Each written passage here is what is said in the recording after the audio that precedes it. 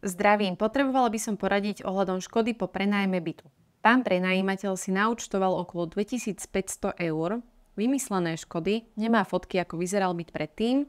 Prosím vás, ako mám postupovať, nezmyselné sumy a veci ako plieseň na stene, ktorá sa spôsobila, pretože neurobil údržbu, klimatizácie a veľa iných.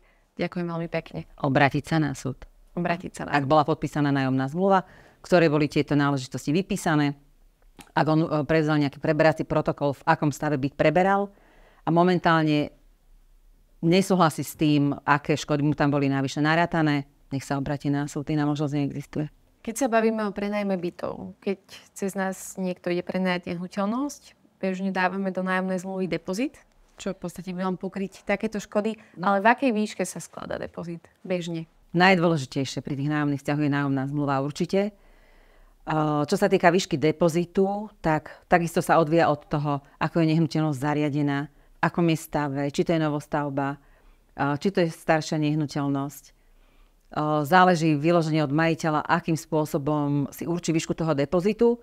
A zase na druhej strane je to dosť obmedzujúce pre toho, ktorý tam ide do toho podnájmu, respektíve do toho nájmu. Finančne obmedzujúce. Takže dobre nastaviť ten depozit tak, aby teda aj majiteľ bol v prípade ozaj nejakých škôd uspokojený a aby to nebolo aj nejak finančne náročné pre toho, ktorý tam ide do podnájmu.